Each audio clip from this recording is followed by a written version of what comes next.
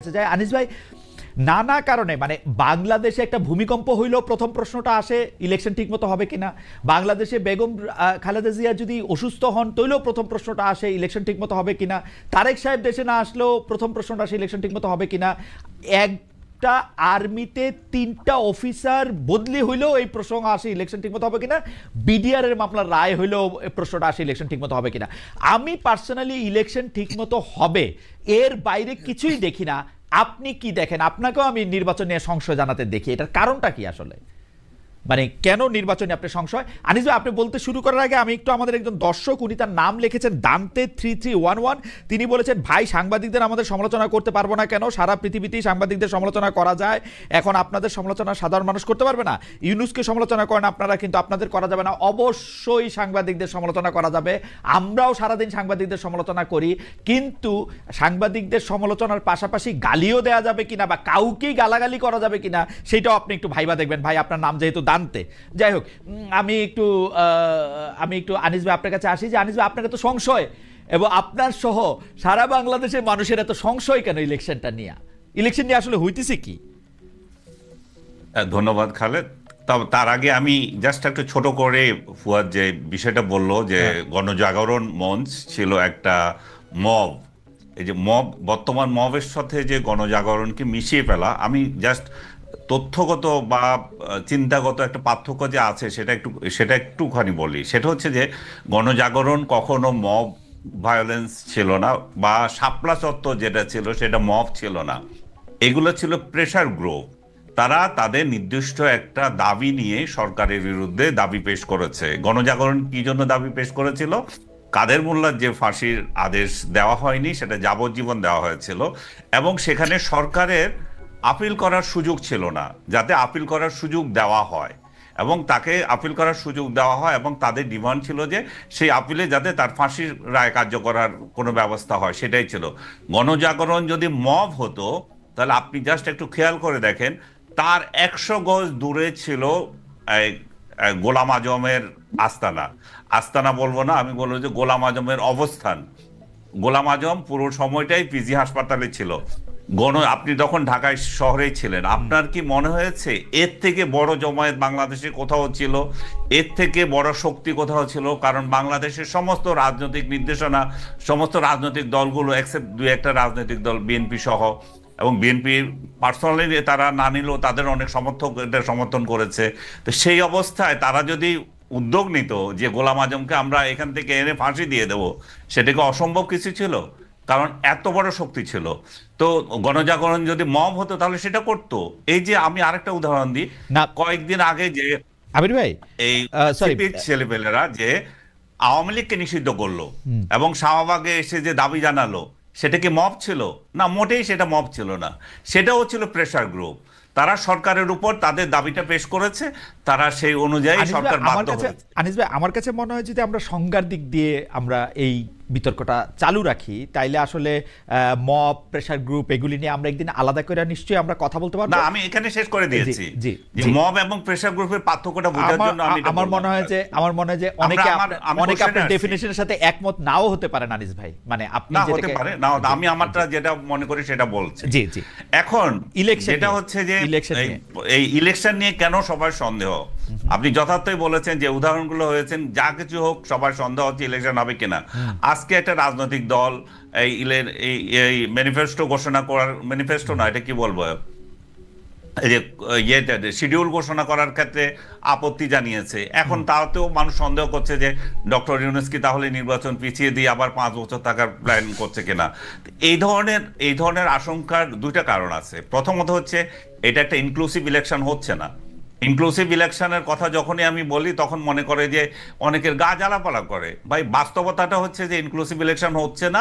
একটা রাজনৈতিক দলকে বাদ দিয়ে, কিংবা ওই রাজনৈতিক দলের জোট সমর্থক যারা ছিল, জোটে যারা ছিল, তাদেরকে বাদ দিয়ে একটা ইলেকশন হচ্ছে।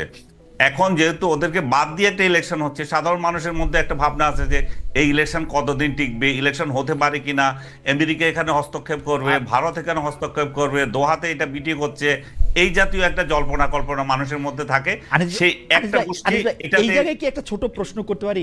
আপনি বলছেন একটা রাজনৈতিক দলকে বাদ দেওয়া হয়েছে, আমি যদি ধরে নিই এই রাজনৈতিক দলটার নাম আওয়ামী লীগ, সেই আওয়ামী লীগ কি একবারও বলছে ওরা এই নির্বাচন করতে চায়?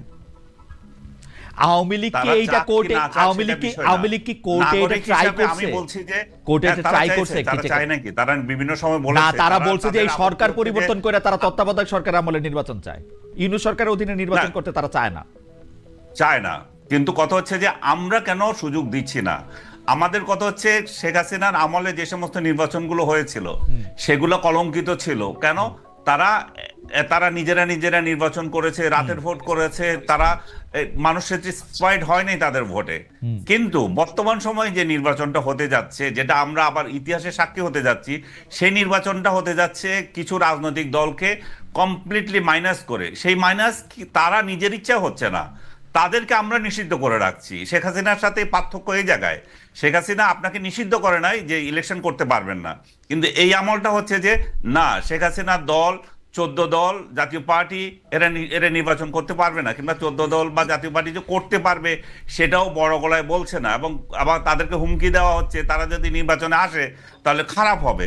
তার মানে হচ্ছে যে একমাত্র শুধু আওয়ামী লীগ নয়, আরো বিভিন্ন রাজনৈতিক দল নির্বাচন করতে পারবে কি পারবে না এই অনিশ্চয়তার মধ্যে রয়ে গেছে। আমি ধরে নিচ্ছি তাদেরকে ছাড়াই ইলেকশন হচ্ছে, কিন্তু বাস্তবতার সাথে আমাকে বলতে হবে যে এই নির্বাচনটা যেটা হতে যাচ্ছে সেটা এই যেহেতু ইনক্লুসিভ হচ্ছে না, সেই জন্য মানুষের মধ্যে একটা আশঙ্কা আছে। আর দ্বিতীয়ত হচ্ছে যে এই ইলেকশনটা হতে যাচ্ছে বিএনপি ভার্সেস জামায়াতে ইসলামী, প্লাস জামায়াতে ইসলামের A party, B party, C party বা B team, A team, C team, যার মধ্য থেকে ফুয়াদের রাজনৈতিক দলটা সেটাকেও একটা বি টিম, সি টিম হিসাবে ধরা হয় জামাতে ইসলামের। তো এমন একটা পরিবেশে যে নির্বাচন হতে যাচ্ছে, সেটা সাস্টেনেবিলিটি কতটুকু থাকবে, তারা আসলে কয়দিন ক্ষমতায় থাকতে পারবে, সেটা নিয়ে আশঙ্কা করছে। মানুষ ধরে নিয়েছে যে এই নির্বাচনে যারা নির্বাচিত হোক, হয় জামাতে ইসলামী জিতুক কিংবা আওয়ামী লীগ বিএনপি জিতুক, 6 থেকে 7 মাসের মধ্যে এই যারা বিরোধী দলে থাকবে সরকারের পরিবর্তন আনার জন্য, সরকার বিরোধী আন্দোলন করার জন্য তারা আওয়ামী লীগকে ডেকে আনবে এবং আওয়ামী লীগের সাথে জোটবদ্ধ হয়ে এরা আন্দোলন করবে। সেই জন্য মানুষের মধ্যে আশঙ্কা যে আসলে এই নির্বাচন হতে যাচ্ছে কিনা। আপনি যেটা বললেন, আপনি যেমন একটা মিনিট আমি শেষ করে দিচ্ছি, আপনি যেমন চিন্তা করেন না যে নির্বাচন হচ্ছে কি হচ্ছে না, আমারও মনে হচ্ছে যে নির্বাচন হতে যাচ্ছে এবং ডক্টর ইউনূস এই নির্বাচন করেই বিদায় নেবেন, এবং এটা কোনো সন্দেহ নাই যে ফেব্রুয়ারিতে নির্বাচন হতে যাচ্ছে। আনিস ভাই, আপনি শেষ করেন না, আপনি খালি একটু সময় দেন। আপনার থিসিসটা নিয়ে আমি একটু ব্যারিস্টার ফুয়াদের পয়েন্ট একটু শুনি, কারণ ব্যারিস্টার ফুয়াদের পয়েন্ট মানে প্রশ্নে আমি একটু পরে যাই। ব্যারিস্টার ফুয়াদ, ইলেকশন ইনক্লুসিভ হচ্ছে না কারণ আওয়ামী লীগ বা জাতীয় পার্টি সহ অন্যান্য অনেকগুলি দলকে ইচ্ছা করে ইলেকশনে বাইরে রাখার একটা চেষ্টা করা হচ্ছে, তাদেরকে অপশন দেওয়া হচ্ছে না। এই জন্য লোকের মনে একটা আশঙ্কা আছে যে এই ইলেকশনটা হয়তো ইনক্লুসিভ হবে না। আপনি আনিস ভাইকে শুনেছেন এই ব্যাপারে, আপনি যদি একটু ছোট্ট করে বলেন, আমরা আনিস ভাইকে আবার একটু শুনে আপনার কাছে আসবো, একটু যদি 1-2 মিনিটে বলেন এটা এই থিসিসটার সাথে আপনি একমত পোষণ করেন কিনা। দেখেন, ইনক্লুসিভ ইলেকশন বলতে বোঝায় না যে একটা ফ্যাসিস্ট অর্গানাইজেশন যাকে গণ অভ্যুত্থানের মধ্য দিয়ে পতন করানো হয়েছে তাকে নির্বাচনে অংশগ্রহণ করতে দেয়া।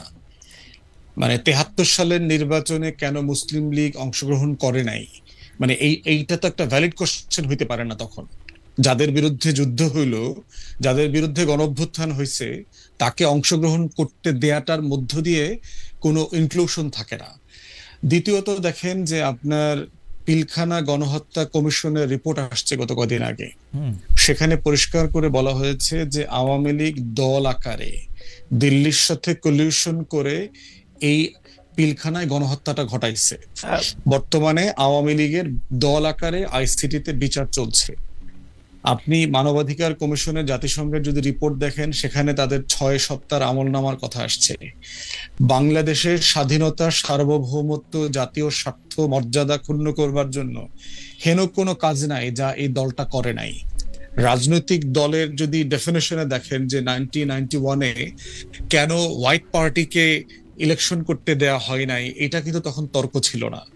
1945-এর অনওয়ার্স নির্বাচনে জার্মানিতে নাৎসিদেরকে কেন ইলেকশন করতে দেয়া হয়নি, অথবা ইতালিতে আমার মনে হয় যে ব্যারিস্টার ফুয়াদ আমি আপনাকে প্রশ্ন হইতে পারে না, যে প্রশ্ন হইতে পারে না জায়গা থেকে আমি আপনাকে কয়েকটা প্রশ্ন করি। গণ অভ্যুত্থানের কথা আপনি বলেছেন, গণ অভ্যুত্থানের মধ্যে আওয়ামী লীগ আউটস্টেড হয়েছে। গণ অভ্যুত্থানের মধ্যে কখনো আমি এইটা দেখি নাই যে আওয়ামী লীগকে রাজনীতি করতে দেওয়া হবে না, এটা গণ অভ্যুত্থানের দাবি ছিল।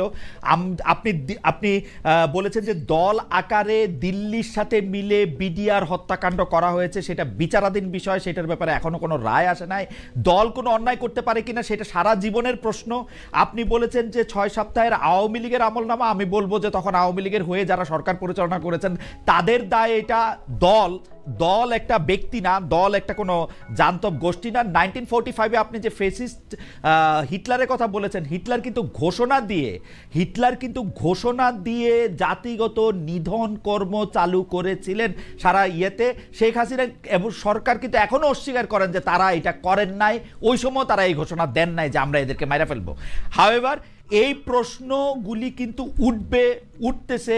আমরা দল হিসাবে আওয়ামী লীগকে কি আসলে ভয় পাইতেছি যে ওই ইলেকশনে আসলে আমরা কম ভোট পাবো, আওয়ামী লীগ আবার ক্ষমতা নিয়ে যাবে, ব্যাপারটা কি এরকম? এই জন্য আমরা ওকে ইলেকশনে আসতে অপশন দিচ্ছি না? না, এটা নির্বাচনের প্রশ্ন না। এটা প্রশ্ন হচ্ছে যে আপনার গণ অভ্যুত্থান পরবর্তী যে বাংলাদেশ বিনির্মাণের আলোচনা আসছে, নিউ পলিটিক্যাল সেটেলমেন্ট, সেই নিউ পলিটিক্যাল সেটেলমেন্টে আওয়ামী লীগের এক্সিস্টেন্স থাকতে পারে না। কারণ নতুন বাংলাদেশ বিনির্মাণের যে আকাঙ্ক্ষার কথা আসছে সেটা অ্যাবসলিউটলি তার অস্তিত্বের বাইরে থেকে বিনির্মাণের প্রশ্ন আলোচনা হতে হবে।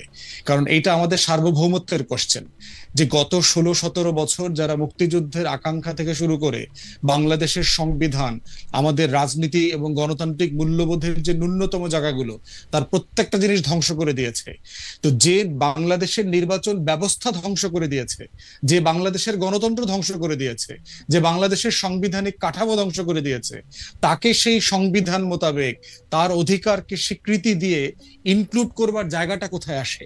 সে তো পলিটিক্যাল পার্টির ডেফিনেশনে পড়ে না, তাকে তো একটা পলিটিক্যাল পার্টি আকারে ডেফিনেশনে আসতে হবে। না, সেই ডেফিনিশনটা তারপরে দেখেন এই আলোচনাটা কখন আসতে পারে। সেই ডেফিনিশনটা তো বেরিয়েছে ফদ, আপনি ঠিক করে দিবেন না, সেটা কোর্ট বলে দেখ আওয়ামী লীগ একটা পলিটিক্যাল পার্টির ডেফিনেশনের মধ্যে পড়ে না, আওয়ামী লীগ একটা নিষিদ্ধ দল না। সেটা এই জন্য তো আমরা কিন্তু তার আগ পর্যন্ত আপনি এটা কি করে বলেন? ব্যক্তির দায় আপনি দলকে কি করে দেন? আসলে এটা আপনি পারেন কি না একজন জুরিস্ট হিসেবে? আপনি এটা বলেন।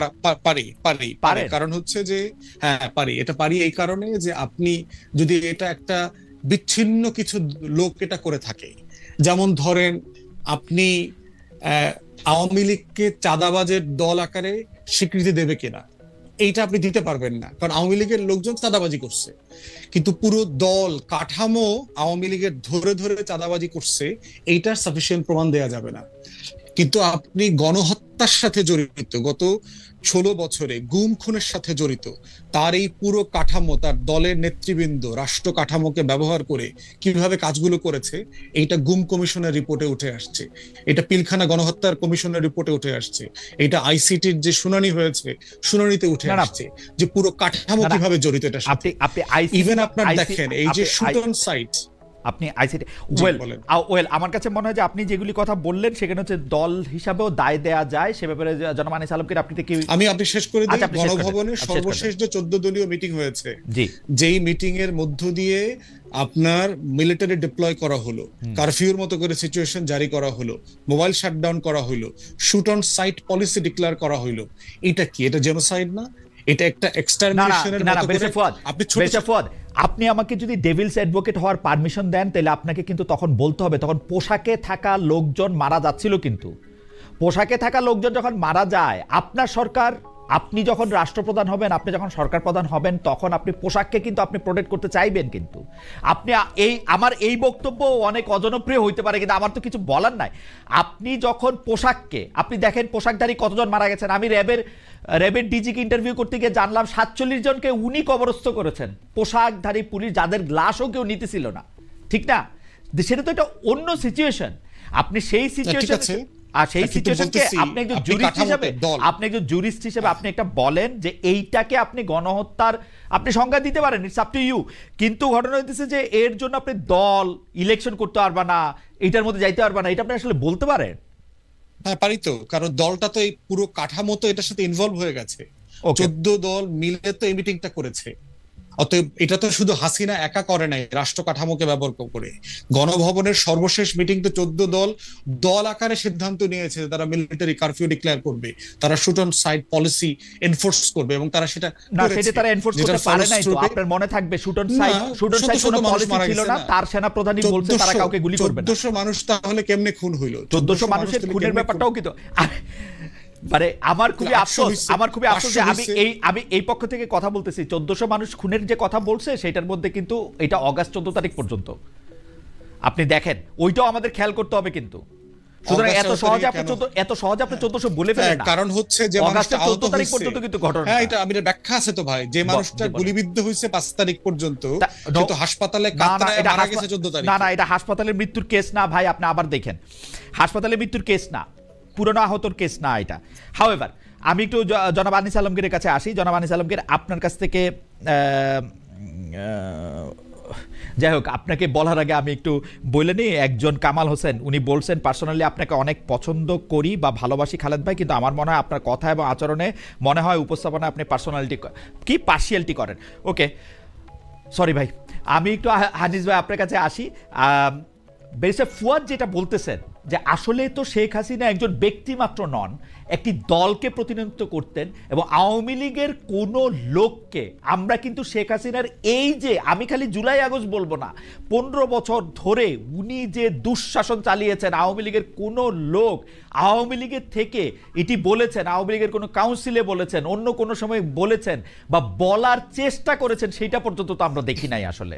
তাহলে সেই ক্ষেত্রে সেই দলটা এটার জন্য কেন সাফার করবে না? সেটার জন্য শুধু ব্যক্তি কেন আমরা আওয়ামী লীগকে আরো বেয়ার করতে হবে? আমরা কেন এই আওয়ামী লীগকে বহন করে বেড়াবো? এটা কারণটা কি আসলে? ওকে, এই ক্ষেত্রে আমি বলি যে ফুয়াদ যে যুক্তি দেখাচ্ছে, যে সেই যুক্তি তাহলে আমার রাষ্ট্রে সমভাবে প্রয়োগ হতে হবে। আমি যখন 71-এর গণহত্যাকারী রাজনৈতিক দলটিকে এই ইলেকশনে অংশ নিতে দিচ্ছি, আমি যখন প্রমাণিত সত্য আমার চোখের সামনে আছে, যেভাবে তারা মেরেছিল, তারা আলবদর আলশামস করে এই দেশের বুদ্ধিজীবীদের হত্যা করেছে, সাধারণ মানুষদের হত্যা করেছে, সামরিক বাহিনীর সহায়তা করে নিরীহ মানুষকে হত্যা করেছে, আমাদের মা বোনদেরকে পাকিস্তানিদের হাতে তুলে দিয়েছিল, সেই রাজনৈতিক দলটা কি আমি 71-এর গণহত্যাকারীর এই রাজনৈতিক দলটি, তাকে সাজা না দিয়ে তাহলে ইলেকশনে দিতেছি, আবার 24-এর গণহত্যাকারী একটা রাজনৈতিক দলকে আমি নির্বাচনে দেব না, কোন যুক্তিতে বলি? সেকেন্ড প্রশ্ন হচ্ছে যে, আমি একটু বলবো আনিস ভাই, 71-এর গণহত্যাকারী, আমি শেষ করে দিচ্ছি, আমি শেষ করে তারপরে বলবো। নাৎসি পার্টির সাথে এখন তুলনা হচ্ছে আওয়ামী লীগের। সো ঠিক আছে, নাৎসি বাহিনীকে আদালতে একটা দুর্বৃত্ত দল হিসেবে প্রমাণ করে তারপর তাকে ব্যান করা হয়েছিল, এবং ইন্টারন্যাশনালি করা হয়েছিল, ইন্টারন্যাশনাল আদালত। বাংলাদেশে এমন একটা কোনো আদালতে সেটার কোনো বিচার হচ্ছে? আমার ইচ্ছা হলো আওয়ামী লীগ ইলেকশন করতে পারবে না, আওয়ামী লীগকে নির্বাহী আদেশে বন্ধ করে দিলাম, আওয়ামী লীগকে, সেটা তো হচ্ছে না। আওয়ামী লীগকে যদি তার কার্যক্রমের জন্য দল হিসাবে বিচার করতে হয়, তাহলে সেরকম পরিস্থিতি তৈরি করতে হবে, সেটা আদালতে আনতে হবে। তা আওয়ামী লীগকে নিষিদ্ধ করুক, আওয়ামী লীগ কার খালো, আমার কি, তোমার কি, বা অন্যের কার কি? আওয়ামী লীগ যদি দুর্বৃত্তের দল হয়ে থাকে তাহলে সাজা পাবে। কথা হচ্ছে আপনার বক্তব্য বুঝতে পারছি। আপনাকে যদি আমি প্রশ্ন করি, আপনি যেটাকে 71-এর গণহত্যাকারী দল বলছেন, সেই দলটিকে প্রথম ক্ষমা তো করেছিলেন বঙ্গবন্ধু শেখ মুজিবুর রহমান ট্রাইপ্যাট্রিয়ট এগ্রিমেন্টের মাধ্যমে 1973-তে। আমরা দেখেছি যে এই দলটিকে রাজনৈতিক পুনর্বাসনের সকল প্রক্রিয়া 1978, 79, 91 হয়ে 96-তে তত্ত্বাবধায়ক সরকারের বিরুদ্ধে যে পক্ষে যে আন্দোলন, সেই আন্দোলনে সামিল হয়ে শেখ হাসিনা সেটার মধ্যে থেকে অংশগ্রহণ করে, এমনকি আমরা যদি আরেকটু পিছনে যাই, 1991 সালে শেখ হাসিনা যাকে রাষ্ট্রপতি পদে মনোনয়ন দিয়েছিলেন, তাকে আমরা দেখেছি দোয়া নিতে সেটা যাইতে। সেইটার তো এখন আর এই প্রশ্ন নাই যে কেন গণহত্যাকারী একটি দলকে রাজনীতি করতে দেওয়া হবে। আওয়ামী লীগ তো এই প্রশ্ন কখনো তুলে নাই। এখন যারা এই প্রশ্ন তুলতেছেন এবং এই প্রশ্নটা তুলতেছে যে আমাকে গুলি করে মারা হয়েছে, আমাকে গুলি করে মারার অর্ডার দেওয়া হয়েছে, আমাকে 15 বছর ধরে ইলেকশন করতে দেওয়া হয় নাই, তাকে আমরা কেন, আমরা জনগণ, মানে আমরা তো পক্ষ বিপক্ষে না, আমরা জনগণ, সত্যি সত্যি আমি বুঝতে চাই, আমরা জনগণ কেন আওয়ামী লীগকে আর বহন করে বেড়াবো? আওয়ামী লীগকে আর বহন করে বেড়াবো? আওয়ামী লীগ কেন আর আমাদের মানে সিলেবাসের অন্তর্ভুক্ত থাকবে? কেন এটা আউট অফ সিলেবাস হবে না? হতে পারে আওয়ামী লীগ কেন আমাদের সিলেবাসে অন্তর্ভুক্ত থাকবে না, সেটা মানুষ ডিসিশন নেবে। আওয়ামী লীগের নেতা কর্মী আছে যারা, তারা ডিসিশন নেবে। আওয়ামী লীগের যারা ওয়েলউইশার আছে, তারা কিভাবে আওয়ামী লীগকে ডিল করবে তাদের ব্যাপার। কিন্তু অ্যাজ এ ইন্ডিভিজুয়াল, আমি যখন দুইটা রাজনৈতিক দলকে যখন আমার সামনে আনা হবে, আমি আমার দৃষ্টিতে বলবো, এখন শেখ হাসিনা তাকে মাফ করে দিল, শেখ হাসিনা ওই দলের সাথে আন্দোলন করলো, শেখ হাসিনার দলের কেউ যায় ওই প্রেসিডেন্ট প্রার্থীর পা ছুঁয়ে আসলো, এগুলোতে আমার কি এসে যায়? আমি তো আওয়ামী লীগের কেউ না, বা আওয়ামী লীগ ধারণ করার জন্য এখানে বসে নিয়ে কথা বলি নাই। অর্থাৎ আপনি আওয়ামী লীগ ন্যায়গত যদি জায়গা অন্যায় থেকে, করে থাকে, আপনি ন্যায়সঙ্গত আওয়ামী লীগ জায়গা যদি থেকে অন্যায় করে থাকে, সেই Right. অন্যায়কে আমি সাপোর্ট করব কেন? Okay. আমি কি তাকে গ্যারান্টি, আমি কি তাকে ওই ম্যান্ডেট দিয়েছি তোমার যা ইচ্ছা তা করবে? আমি তাকে যেমন ম্যান্ডেট দিই নাই, তেমনি গণহত্যাকারী ৭১-এর গণহত্যাকারী দলগুলোকে আমি ম্যান্ডেট দিচ্ছি না। এটা আমার ব্যক্তিগত অভিমত। রাইট, আমি একদম পরিষ্কার, জনাব আনিস আলমগীর তার একটি ন্যায়সঙ্গত জায়গা থেকে, উনার ম্যান্ডেটের জায়গা থেকে এটা উনি বলতেছেন, উনার বক্তব্য একদম পরিষ্কার এবং আমিও বুঝতে পেরেছি।